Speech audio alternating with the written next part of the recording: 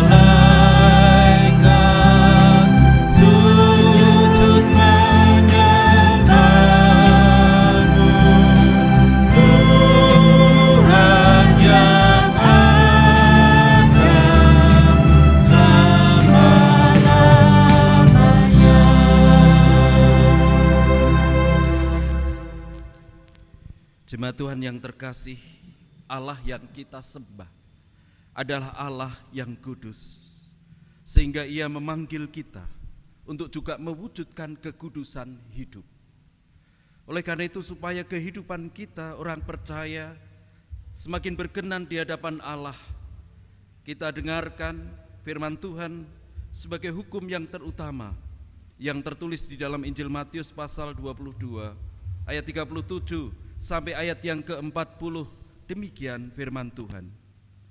Jawab Yesus kepadanya, kasihilah Tuhan Allahmu dengan segenap hatimu dan dengan segenap jiwamu dan dengan segenap akal budimu.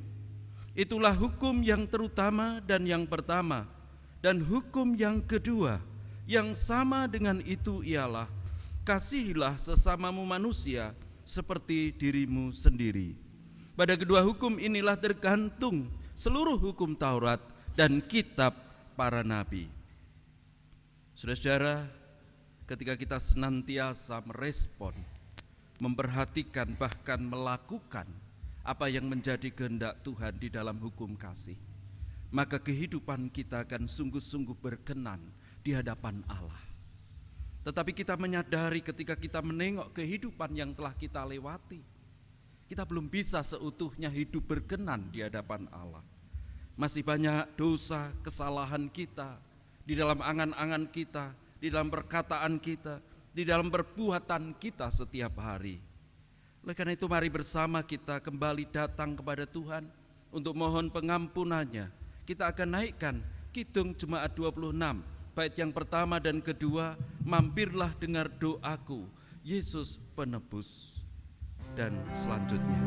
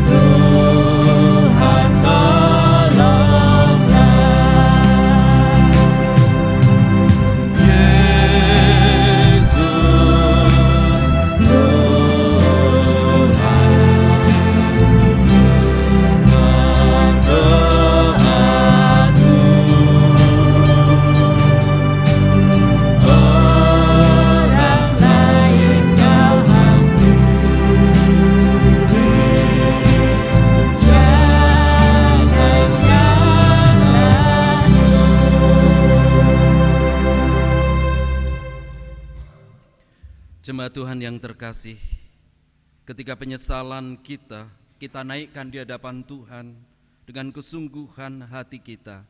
Tuhan mendengar setiap seruan kita, karena Dia adalah Allah yang Maha Kasih, yang senantiasa mengasihi kita. Tuhan memberikan berita anugerah yang mewartakan bahwa Dia sudah mengampuni kita, tidak memperhitungkan lagi dosa dan kesalahan kita. Demikian firman di dalam kitab Nabi Yesaya pasal 1 ayat 18 bagian B. Sekalipun dosamu merah seperti kirmisi, akan menjadi putih seperti salju. Sekalipun berwarna merah seperti kain kesumba, akan menjadi putih seperti bulu domba. Kita bersukacita atas kasih dan kemurahan Tuhan di dalam mengampuni hidup kita. Oleh karena itu mari bersama kita wujudkan ucapan syukur kita dan permohonan kita di dalam doa. Mari kita berdoa. Engkau Allah pencipta alam semesta. Engkau kami sembah dan kami muliakan di dalam Tuhan Yesus Kristus. Allah penyelamat kami yang senantiasa mengasihi kami, menolong kami, memberkati kehidupan kami di dalam kuat kuasa Roh Kudus. Kami mengucap syukur pagi ini ya Allah, karena kasih, penyertaan dan kehendak Tuhan, Engkau memanggil kami anak-anak-Mu, jemaat Tuhan, untuk bersekutu dan bersatu di gereja ini. Kami ingin memuji-Mu, kami ingin menyembah-Mu, kami ingin memuliakan-Mu. Biarlah Engkau hadir di tengah-tengah kami untuk memimpin ibadah ini dari awal sampai akhir. Jauhkan dari setiap cobaan, godaan, kuasa jahat yang akan mengganggu, demikian juga sakit penyakit, sehingga peribadahan ini boleh berlangsung dengan baik, dengan indah. Kami kembali menghayati akan relasi kami dengan Tuhan yang membawa berkat atas hidup kami. Kami menyerahkan saudara-saudara kami yang mungkin masih di dalam perjalanan menuju ke tempat ini. Tuhan sertai sehingga juga boleh sampai di tempat ini dalam sukacita dan keselamatan yang dari Tuhan. Bapa Surgawi, saat ini kami berdoa untuk jemaat-Mu yang sedang menderita sakit penyakit. Engkau lawat mereka, di antaranya Mas Ardi, anak Pak Slamet. Demikian juga saudara-saudara kami yang lain yang masih dalam masa pemulihan, mengalami sakit penyakit. Tetapi kami percaya bahwa Tuhan mengulurkan tangan yang penuh dengan kuasa untuk menolong, untuk memberkati, untuk mengurapi dan menyembuhkan saudara-saudara kami di dalam kuasa nama Tuhan Yesus.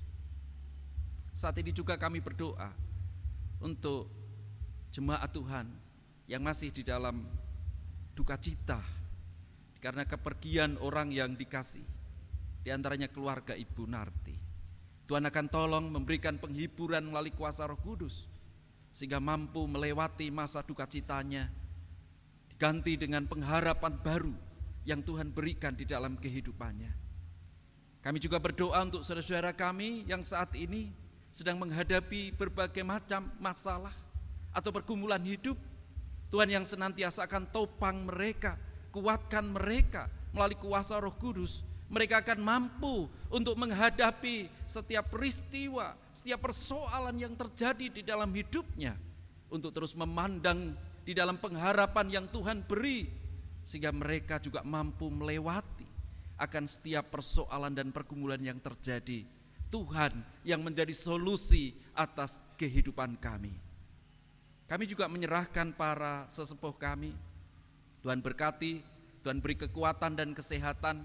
Di masa tua, para sesepuh kami boleh merasakan bahagia, sukacita atas setiap perhatian dan kasih yang diberikan oleh anggota keluarganya.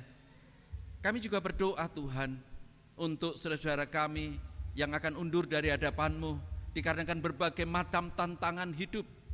Biarlah Tuhan sendiri yang akan menguatkan iman mereka, mengetuk hati mereka kembali di dalam kuasa Roh Kudus, sehingga saudara-saudara kami tidak akan terus menjauh, tetapi memiliki kerinduan untuk bersama kembali dekat dengan Tuhan, memuji Tuhan, memuliakan Tuhan, menyerahkan hidup bagi kemuliaan nama Tuhan. Kami menyerahkan anak-anak kami yang masih kecil, Tuhan berkati. Anak-anak kami di bangku sekolah, Tuhan akan sertai pendidikan mereka, sehingga mereka mampu menunjukkan prestasi yang baik di tingkat pendidikannya masing-masing. Juga kami berdoa untuk anak-anak kami yang saat ini mencari pekerjaan, Tuhan tolong. Tuhan akan siapkan pekerjaan yang baik, sehingga anak-anak kami bisa menata masa depan dan hidupnya. Kami juga menyerahkan anak-anak kami yang sudah cukup usia, merindukan adanya pendamping hidup. Tuhan tolong, Tuhan akan menunjukkan jodoh yang sepadan dengan anak-anak kami. Kami menyerahkan setiap keluarga, Tuhan akan berkati dengan kekuatan, kesehatan. Tuhan akan menjaga, melawat setiap keluarga di dalam kasih kuasa Tuhan, sehingga setiap keluarga senantiasa hidup dan tinggal di dalam cinta kasih Tuhan, menjadi keluarga yang kuat, keluarga yang kokoh di dalam melayani Tuhan. Tuhan berkati juga pekerjaan keluarga, sehingga melalui pekerjaan keluarga Tuhan bisa memberikan berkat, kecukupan untuk kebutuhan sehari-hari di tengah hidup berkeluarga. Ya Tuhan, kami juga berdoa untuk pelayanan yang ada di tengah kehidupan gereja. Biarlah setiap pelayanan Tuhan pakai untuk lebih menguatkan iman percaya kami, lebih dan lebih lagi di dalam kami menyerahkan hidup kepada Tuhan, baik sebagai majelis gereja, komisi, panitia, ataupun warga jemaat. Biarlah kami senantiasa menjadi alat bagi kemuliaan nama Tuhan, menjadi saksi Tuhan dimanapun Engkau tempatkan kami.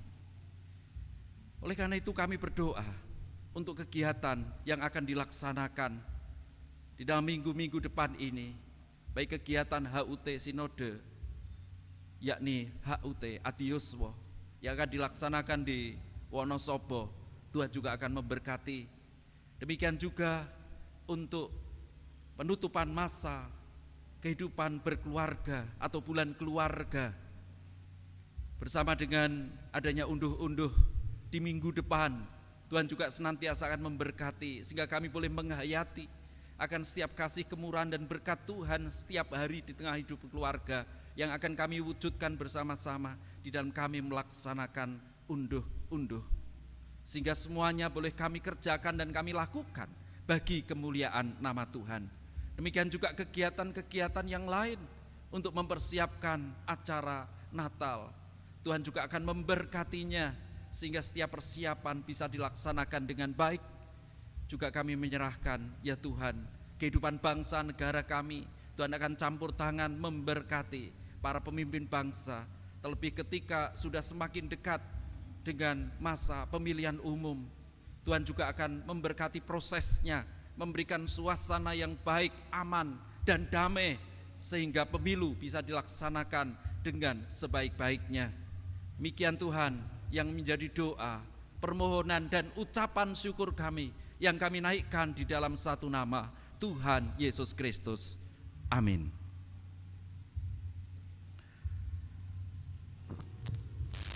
Jemaat Tuhan, dalam segala hal kita percaya Tuhan terus menyatakan kemurahan dan berkat-Nya kepada kita semua.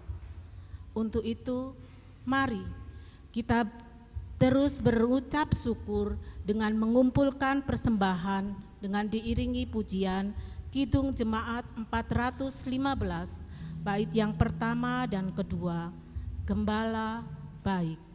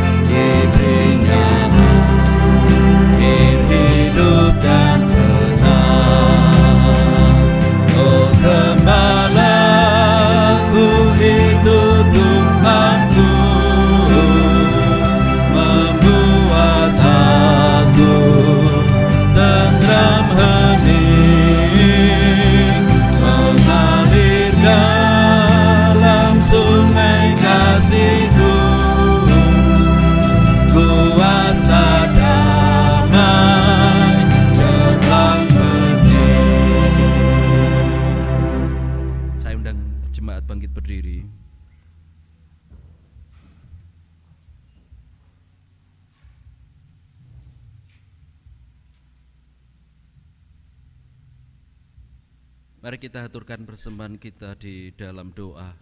Mari kita berdoa. Ya Allah, ketika kami melihat keberadaan hidup kami di hari-hari yang telah kami lewati, memang kami seringkali dihadapkan dengan persoalan, pergumulan kehidupan kami, demikian juga tentang masalah perekonomian. Namun kami senantiasa merasakan bahwa pemeliharaan dan berkat-Mu selalu tercurah atas kehidupan kami pribadi, demikian juga keluarga kami masing-masing. Sehingga kami senantiasa berkecukupan di dalam segala hal. Sehingga kami ingin mengucap syukur atas berkat-Mu, atas kemurahan-Mu bagi kami dan keluarga kami. Sehingga saat ini wujud ucapan syukur kami mengumpulkan persembahan. Kami haturkan di hadapan-Mu ya Allah. Biarlah tangan-Mu terulur dan memberkati persembahan ini, sehingga melalui persembahan ini nama-Mu dipermuliakan. Demikian juga ajar kami untuk mempersembahkan hidup kami sebagai persembahan yang hidup, yang kudus, yang berkenan di hadapan Allah. Juga kami mempercayakan hidup di dalam pemeliharaan Tuhan setiap hari. Selanjutnya kami akan mendengarkan firman-Mu. Mari Roh Kudus, biarlah Engkau akan membuka hati kami, jiwa kami, pikiran kami, kehidupan kami, sehingga firman yang akan kami terima boleh kami resapkan, boleh kami wujudkan, aktualisasikan di dalam kehidupan kami sehari-hari. Mari Tuhan, kiranya Engkau berkenan berkata-kata kepada kami, dan kami siap untuk mendengar. Di dalam satu nama Tuhan Yesus Kristus kami berdoa dan mengucapkan syukur. Amin. Dipersilakan duduk.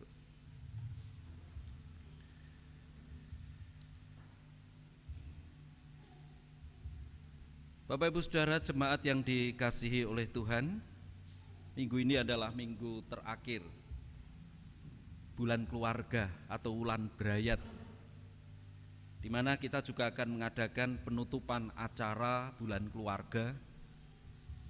Demikian juga ada unduh-unduh sebagai bentuk ungkapan syukur kita, keluarga-keluarga Kristen yang sudah diberkati Tuhan di minggu yang akan datang. Biarlah kita bisa mempersiapkan segala sesuatunya dengan baik. Kita boleh kembali untuk menghayati bagaimana Tuhan sebagai Sang Pemberi kehidupan dan pemberi berkat senantiasa menyatakan kuasanya bagi kita.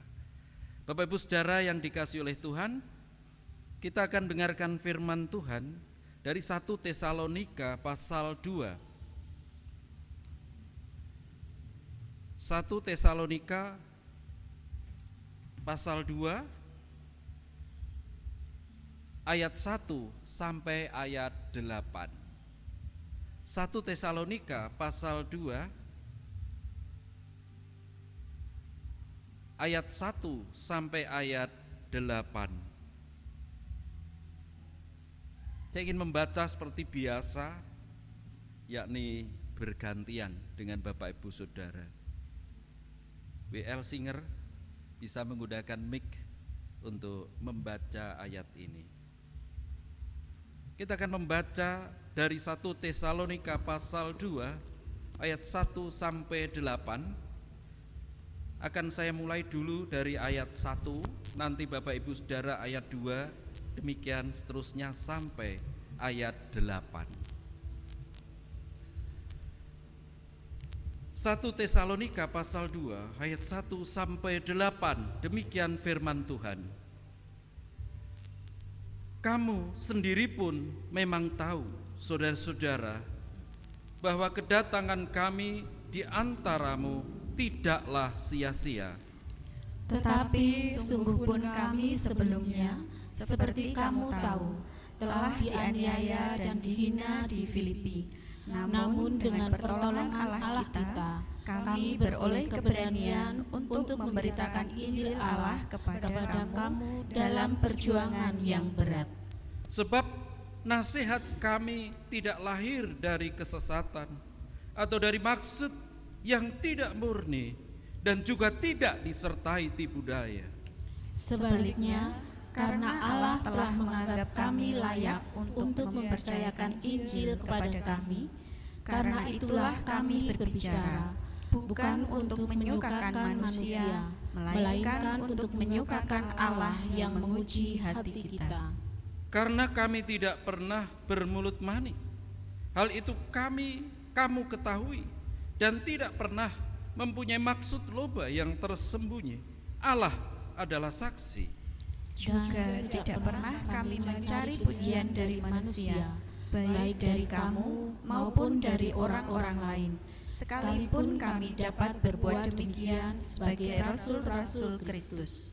Tetapi kami berlaku ramah di antara kamu, sama seperti seorang ibu mengasuh dan merawati anaknya. Demikianlah kami dalam kasih sayang yang besar akan kamu, bukan saja rela membagi Injil Allah dengan kamu, tetapi juga hidup kami sendiri dengan kamu, karena kamu telah kami kasihi. Yang berbahagia adalah kita yang senantiasa mendengarkan, memperhatikan firman Tuhan di dalam kehidupan sehari-hari. Jemaat Tuhan yang terkasih, tema firman yang kita renungkan pagi ini adalah bertumbuh dalam kebiasaan positif. Bertumbuh dalam kebiasaan positif. Bapak Ibu Saudara jemaat yang dikasihi oleh Tuhan, tentu kita tidak asing dengan sebuah peribahasa yang mengatakan anak polah bopo kepradah. Anak polah bopo kepradah. Apa arti ungkapan ini?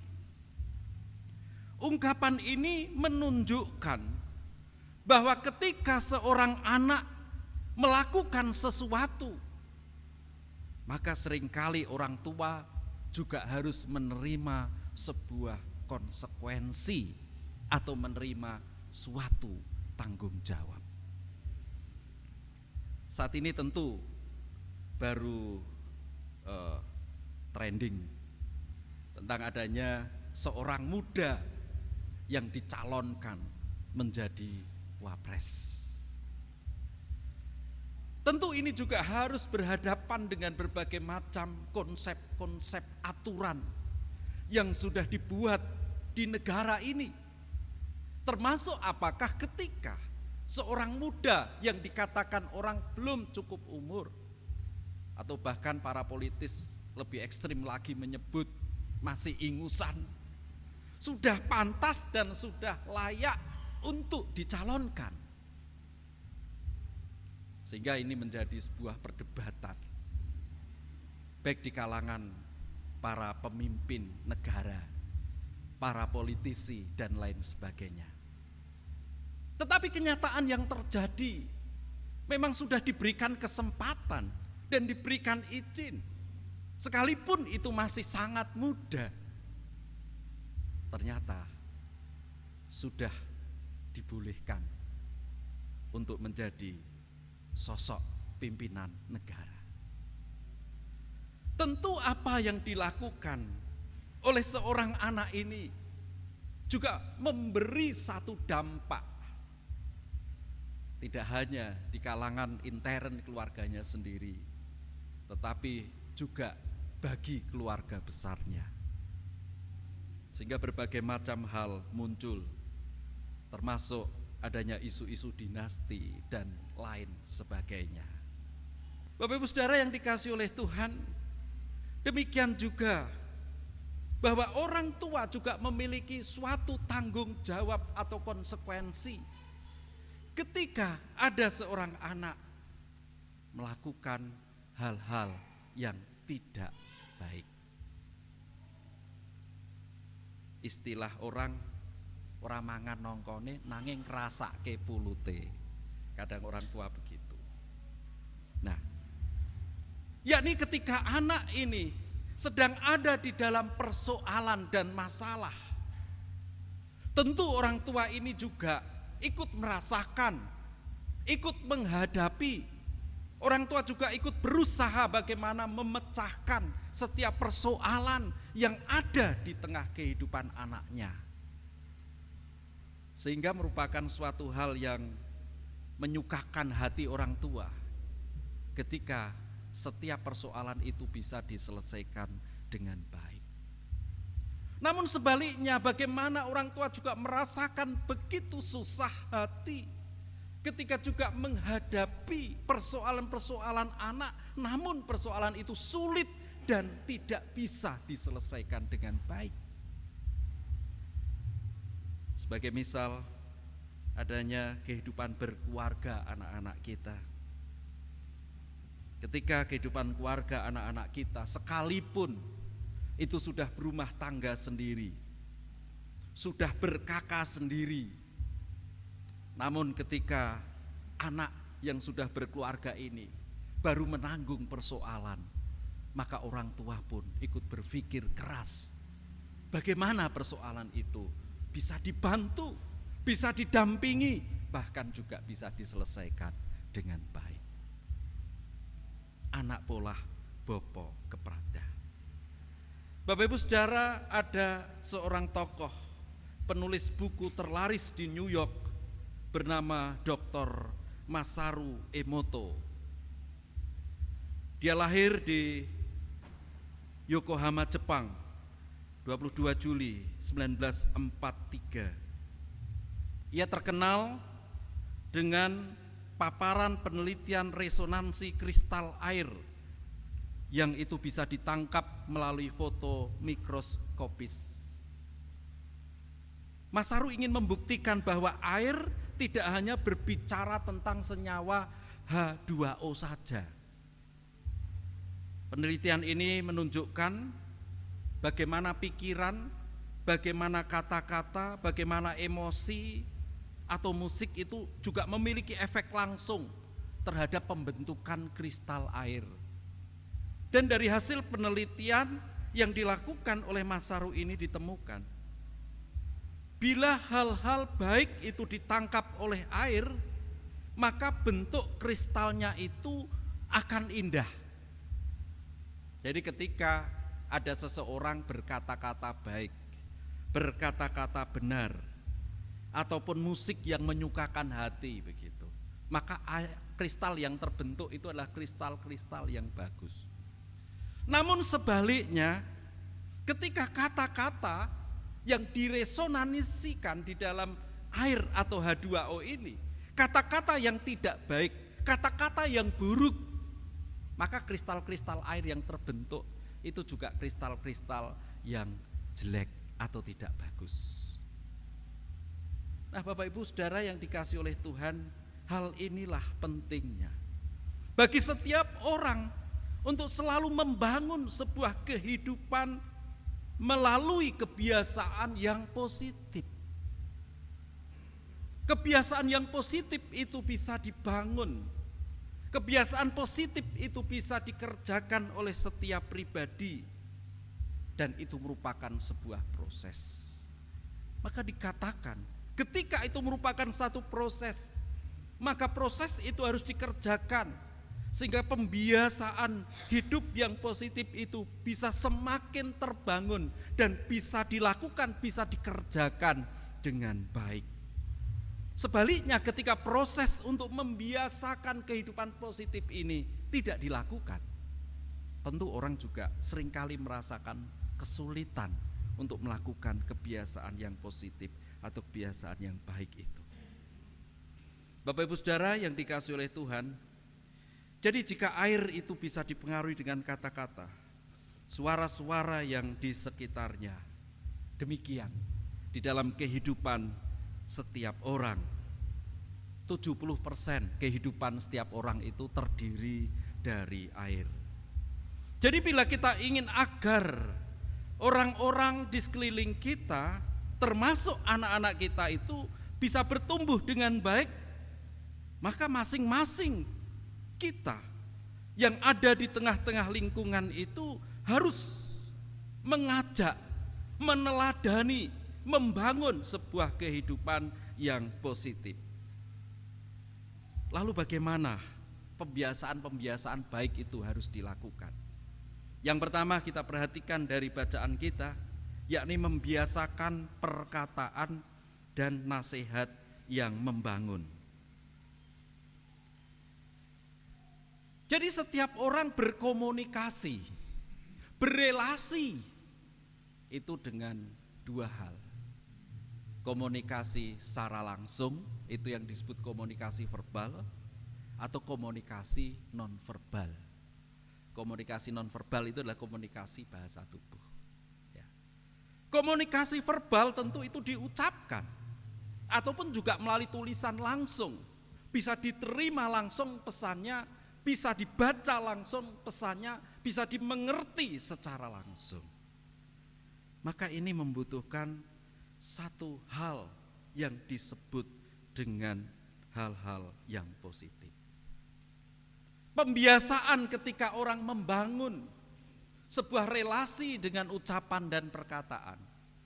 Ketika orang terbiasa ya berkata-kata dengan baik, pasti itu akan menjadi pembiasaan yang positif dalam hidupnya. Maka seringkali kita juga mengenal istilah 5S, sapa, salam, senyum, lalu apa? Sopan, santun. Bagaimana ketika orang bertemu dengan orang lain? Tentu merasa tidak enak ketika bertemu dengan orang lain kok biasa saja, nggak ada sapaan gitu ya. Apalagi ketika lewat sebuah jalan yang sempit gitu ya, tidak lebar. Tentu akan menjadi sesuatu yang baik ketika orang membiasakan diri untuk menyapa. Dan orang yang disapa itu pasti juga akan merasa bersukacita. Oh, aku kok disapa gitu ya. Sekalipun sapaan itu dengan berbagai macam hal.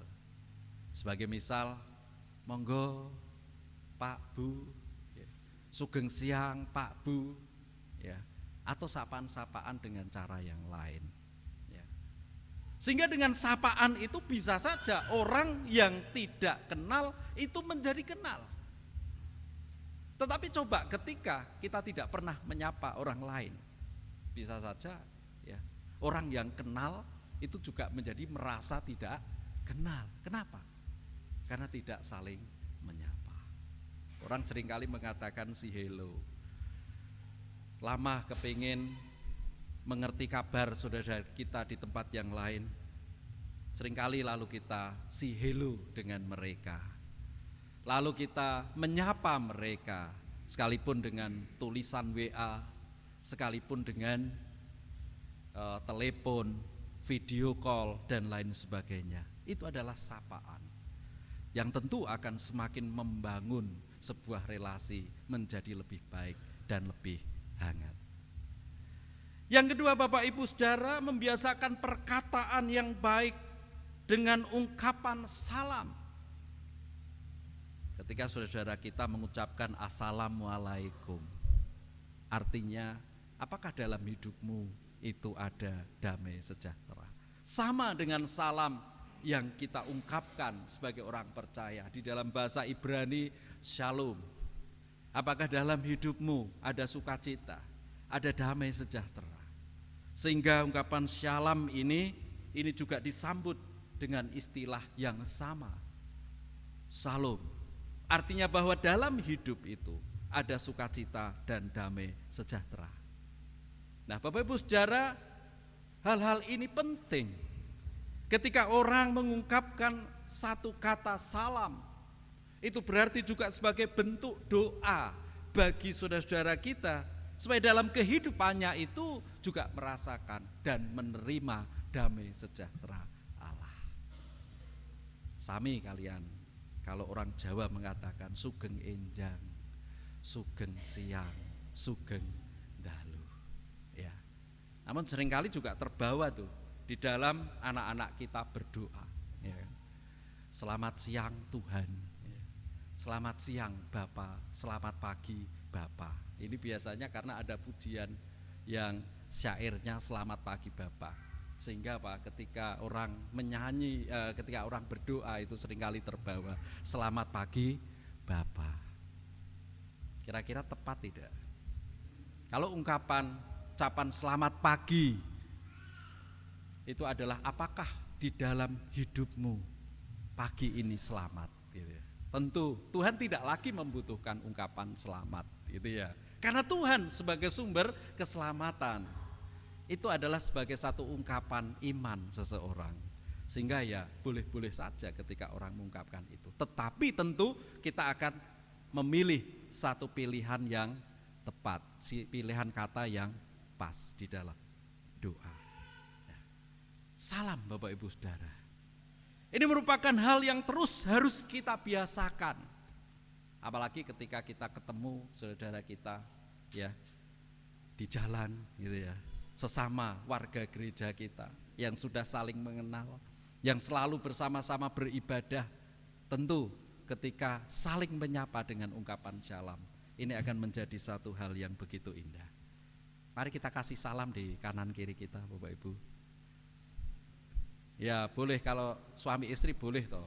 Di rumah juga jarang salaman tentu. Ya,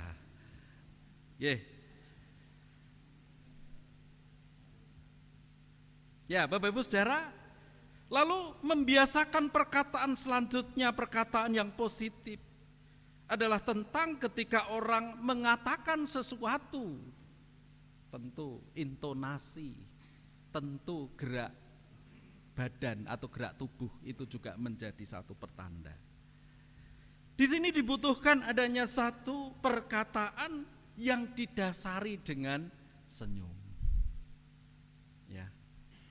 Artinya ketika orang itu mengatakan sesuatu dengan tidak metenteng, tetapi didasari dengan senyum, sekalipun itu senyum tipis. Kira-kira kalau marah bisa enggak? Baru marah ya, kok diajak senyum, susah nggih. Susah enggak? Susah Bapak Ibu Saudara. Tetapi ini hal yang penting. Karena ketika orang sekalipun hatinya itu sedang gundah, hatinya itu sedang jengkel, hatinya sedang emosi mungkin, tetapi ketika dia mampu untuk tersenyum sedikit saja, itu sudah mengobati hati yang merasa enggak nyaman. Bahkan ketika orang bisa senyum saja, mungkin orang lain baru enggak enak, orang lain baru hatinya enggak nyaman, tetapi ketika kita senyum, kita kasih senyum, mungkin ya saudara-saudara kita yang baru enggak nyaman itu juga bisa terpengaruh dengan senyuman kita. Ya, senyum merupakan hal yang penting. Sehingga ada terapi tertawa. Dulu pernah kita ikuti terapi tertawa. Ketika orang itu banyak tertawa, ya, itu bisa menimbulkan hormon positif, begitu ya. Di dalam pribadinya, di dalam tubuhnya, hormon-hormon positif itulah yang bisa untuk menangkal sakit, penyakit, gitu. Jadi ini merupakan hal yang penting juga. Tapi yang penting jangan senyum-senyum sendiri di jalan raya, gitu ya. Kalau senyum-senyum sendiri di jalan raya, guyang-guyu dewe. Sekarang banyak enggak? Banyak. Tetapi sambil pegang handphone, ya enggak? Saya perhatikan, wong kok iso guyang-guyu dewe. Mungkin baru WA ada hal-hal yang membuat dia bisa senyum, tertawa, hal-hal lucu begitu ya, sehingga akhirnya guyang-guyu dewe. Oke, enggak apa-apa ya. Tapi ada hal yang membuat dia bisa tersenyum atau bisa tertawa, ya. Nah, selanjutnya bagaimana kita juga membiasakan perkataan yang dilakukan dengan sopan dan santun. Kalau orang Jawa memang ada tingkatan-tingkatan bahasa. Bagaimana ketika berbicara dengan orang tua, ya, bagaimana berbicara dengan teman sebaya atau yang di bawah umurnya. Ada tingkatan-tingkatan. Tidak mudah ya di dalam berbahasa Jawa. Tetapi kalau bahasa Indonesia tentu hampir sama, ya. Prinsipnya adalah seperti apapun tingkatan bahasa yang diungkapkan melalui perkataannya, itu harus diungkapkan dengan satu sikap yang sopan dan santun, ya, tidak beras-beras gitu ya. Ya.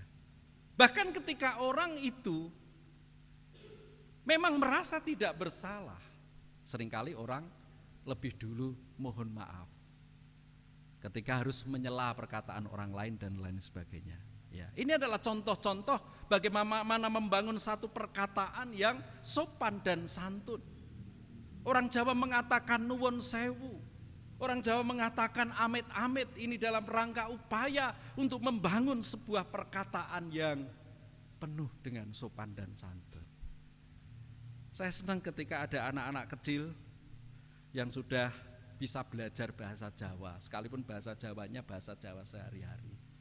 Ketika hanya menjawab nggih, ketika hanya menjawab mboten, ya, dan lain sebagainya. Tetapi dia ada upaya untuk mengatakan sesuatu dengan sopan dan santun. Nah, Ini juga ketika orang ungkapkan satu perkataan sopan santun itu, maka itu pun juga bisa menjadi berkat.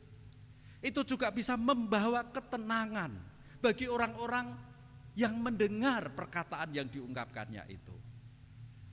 Bapak Ibu Saudara yang dikasihi oleh Tuhan, demikian juga yang kedua, kita diajak untuk membiasakan berelasi didasarkan dengan kasih.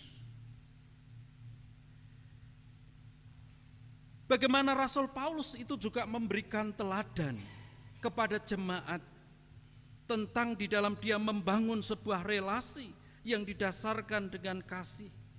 Bagaimana keramahan yang dibangun, yang ditunjukkan oleh Rasul Paulus kepada jemaat pada saat itu. Sehingga jemaat pun itu juga berupaya untuk meneladani apa yang dilakukan oleh Rasul Paulus. Di mana kasih itu yang mendasari sebuah relasi. Tentu tidak mudah Bapak Ibu Saudara untuk mewujud nyatakan kasih. Karena ketika orang mewujudkan kasih, itu masih seringkali dipengaruhi dengan berbagai macam kondisi-kondisi tertentu. Ketika orang sedang menerima, merasakan sesuatu yang baik, mungkin orang akan menjadi lebih mudah untuk mengasihi.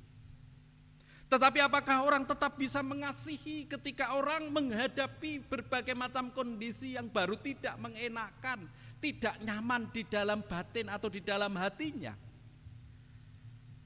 Nah, oleh karena itu kita diajak dalam segala hal, entah baru menghadapi hal yang baik ataupun tidak baik, kasih itu harus menjadi dasar untuk membangun sebuah relasi. Relasi di tengah keluarga atau dimanapun kita berada. Belum lama ini tidak sengaja karena mungkin tergesa-gesa begitu Bapak Ibu Saudara. Saya mundur, tiba-tiba nabrak yang di belakang saya karena saya tidak begitu kelihatan gitu ya spion saya. Mungkin posisi spion yang enggak pas. Akhirnya apa? Rusak si bumper. Ada melenyok begitu di bagian samping kanan. Lalu saya turun, saya menyapa, wah kados pundi Pak, gimana keadaan ini kendaraannya? Wah nggih melenyok ngeten iki. Wah, lajeng dos pundi niki? Nggih tenang, kula tanggal jawab, badhe kula dandoske. Ya, saya sambil senyum sekalipun orangnya kayak sepaneng begitu. Saya tanya, mobilnya baru ya? Ya ini mobil baru. Baru 2 bulan. Beli baru atau beli second? Ya sekalipun mobil baru tapi second ini. Oh ya, masih bagus. Catnya juga masih utuh. Enggak apa-apa Pak. Saya punya rekanan, nanti bisa mengerjakan mobil ini dengan baik. Pasti akan pulih seperti sedia kala. Lah nanti kalau blentong-blentong gimana? Enggak. Pasti nanti hasilnya baik. Ya. Lalu akhirnya dalam hari itu juga di dalam kelelahan saya karena full sekali dalam hari itu. Akhirnya saya ajak ke tempat biasa ketika saya memperbaiki bodi. Saya bawa ke sana tapi karena memang sudah sore akhirnya belum bisa semuanya diselesaikan. Nah lalu bapak tersebut, wah terima kasih Pak. Biasanya orang ketika ya melakukan kesalahan seperti itu kan seringkali mereka nggak mau tahu. Ngertinya orang itu selalu benar, tapi bapak kok enggak? Ya enggak toh, saya tetap tanggung jawab. Sekalipun pernah loh, saya itu juga ditabrak orang, tetapi saya juga tidak menuntut dia. Saya juga tetap memberikan kesempatan kepada dia untuk enggak usah lah untuk memperbaiki dan sebagainya. Ya, yang penting panjenengan baik-baik saja. Tapi saya tidak. Saya cukup bertanggung jawab ketika melakukan satu kesalahan. Dan akhirnya bapak tersebut sampai berulang kali, wah minta maaf Pak, minta maaf jadi merepotkan dan sebagainya. Tidak. Inilah bukti ya bahwa kita memang harus selalu membangun hal-hal yang baik, membangun relasi yang baik satu dengan yang lain. Yang penting Bapak juga tidak merasa gelo ketika harus ini nanti melalui chat sedikit ya, chat ulang dan sebagainya. Yang penting semuanya pulih menjadi baik. Nah Bapak Ibu, mungkin banyak sekali contoh-contoh yang lain. Di tengah situasi apapun kita dituntut untuk tetap menunjukkan kasih itu. Firman Tuhan mengatakan bahwa kasih itu bahkan ditunjukkan bahkan kepada musuh sekalipun. Orang yang baru tidak baik terhadap kita juga tetap harus menerima perwujudan kasih kita. Jadi apalah gunanya ketika orang mengasihi orang yang baik kepada kita. Tentu ketika kita mengasihi orang lain dengan tidak melihat background dan latar belakangnya, disitulah kasih yang tulus, kasih yang murni itu juga terwujud di dalam membangun sebuah relasi. Bahkan kasih itu juga mendasari membangun kehidupan keluarga. Karena dalam kehidupan keluarga itu tentu tidak hanya baik-baik saja, terkadang juga ada konflik gitu ya. Terkadang juga ada persoalan.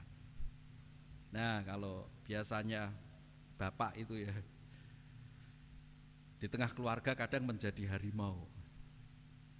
Tapi bisa terjadi juga harimau itu bisa menjadi kucing gitu ya. Saya seringkali mendengar cerita itu dari Mas Nathan. Ya Bapak Ibu Saudara, nah, bagaimana kasih itu tetap mendasari membangun sebuah relasi manakala di tengah keluarga sedang terjadi istrinya menjadi seperti api. Bagaimana sang suami itu juga harus bisa menjadi air bagi istrinya yang menyejukkan. Atau sebaliknya ketika suaminya baru menjadi api, bagaimana sang istri itu juga bisa menjadi air untuk menyejukkan. Sehingga ketika kasih itu mendasari sebuah relasi di tengah hidup berkeluarga, maka dengan kasih itu kehidupan keluarga akan betul merasakan damai dan sukacita. Ini membutuhkan sebuah pembiasaan yang terus-menerus harus dibangun, dilakukan dan dikerjakan. Yang ketiga Bapak Ibu Saudara, membiasakan hidup yang berpusat kepada Allah. Rasul Paulus menasihatkan kepada jemaat supaya jemaat membiasakan diri selalu membangun relasi dengan Tuhan, baik di dalam doa ataupun di dalam persekutuan, ataupun di dalam kehidupan sehari-hari selalu selalu berpusat kepada Allah. Karena ketika jemaat mendasarkan hidupnya untuk berpusat kepada Allah, berarti jemaat selalu mohon bimbingan, tuntunan dan penyertaan Tuhan. Oleh karena itu, membiasakan hidup berpusat kepada Allah itu juga harus menjadi hal yang terus kita perhatikan. Bagaimana kehidupan keluarga kita terus kita ajak untuk selalu membangun relasi dengan Allah. Bagaimana kehidupan keluarga kita bisa membangun sebuah mezbah doa untuk membiasakan hidup bersama-sama di tengah keluarga untuk terus berelasi dengan Allah. Bahkan juga harus saling mengingatkan, karena relasi dengan Allah itu adalah hal yang begitu penting, sehingga orang tua wajib untuk mengajak anak-anaknya, yuk datang ke gereja. Orang tua juga wajib mengingatkan anak-anaknya, ini waktumu kamu bersekutu, ya. Seperti kemarin Bapak Ibu Saudara, ya kita menerima ya rekan-rekan muda dari gereja-gereja lain. Ya sebenarnya cukup banyak yang datang, tapi ada gereja juga yang mungkin lupa sehingga tidak mengutus, ya. Tapi sebagian besar bisa datang, ya. Sehingga dekoran masih belum dibongkar ini ya. Ini kita biarkan sampai besok sekalian untuk merayakan penutupan bulan keluarga di bulan November besok. Ya, dengan anak-anak kemarin mengambil sebuah tema ini. Apa? Bergas. Apa Mas?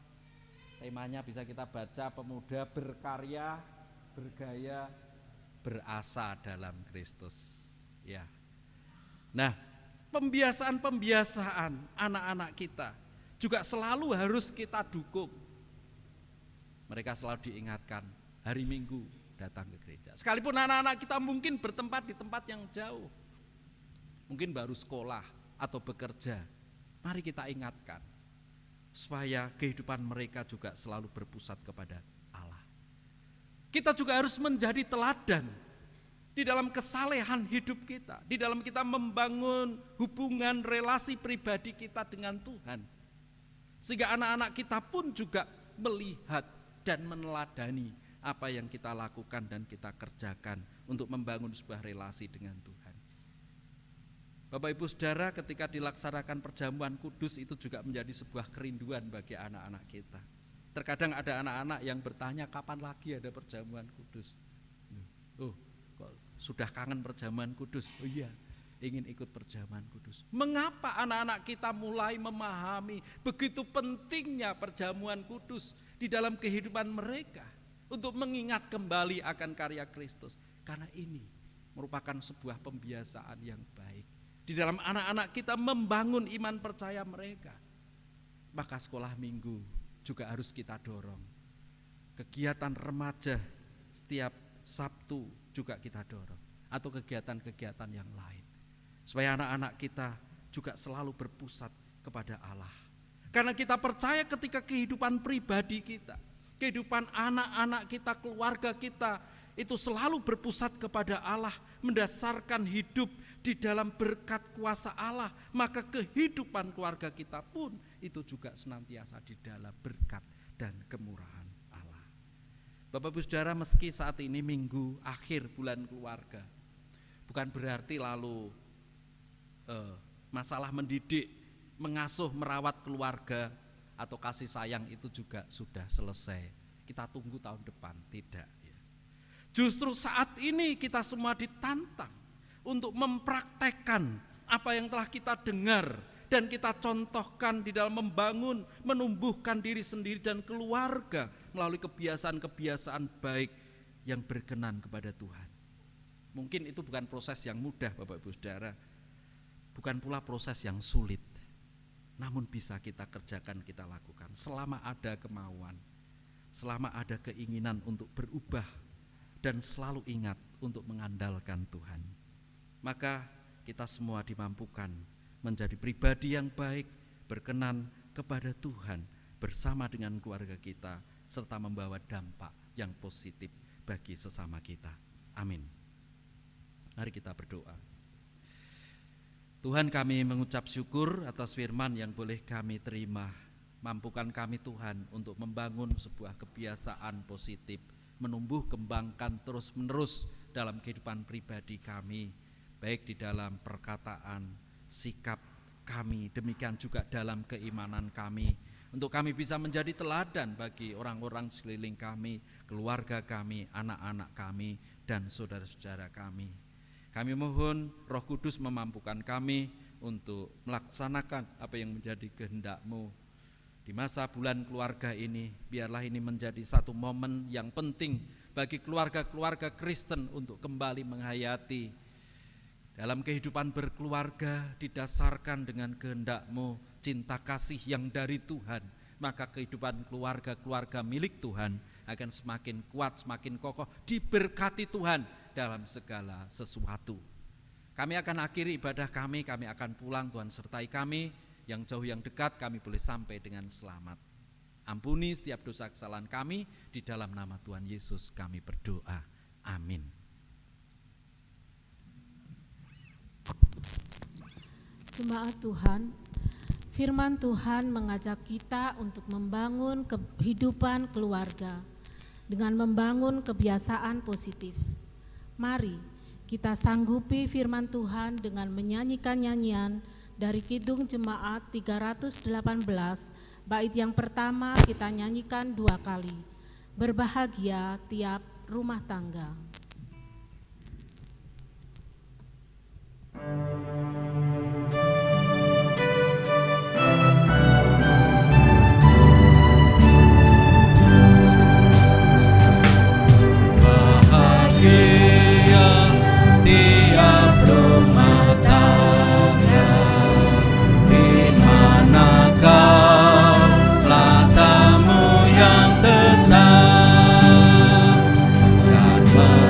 Merasakan tiap suka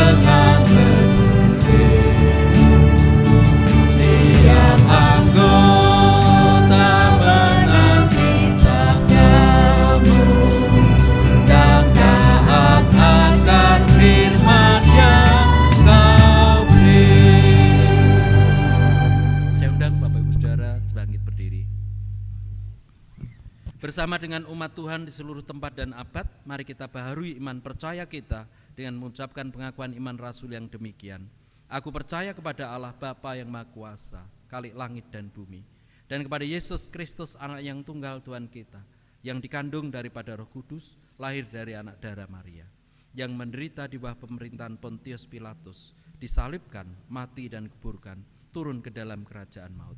Pada hari yang ketiga bangkit pula dari antara orang mati, naik ke surga, duduk di sebelah kanan Allah Bapa yang Maha Kuasa, dan akan datang dari sana untuk menghakimi orang yang hidup dan yang mati. Aku percaya kepada Roh Kudus, gereja yang kudus dan am, persekutuan orang kudus, pengampunan dosa, kebangkitan daging, dan hidup yang kekal. Mari arahkan hati saudara kepada Tuhan, pulang dalam damai sejahtera-Nya, membangun kebiasaan hidup yang positif, dan terimalah berkat dari Tuhan.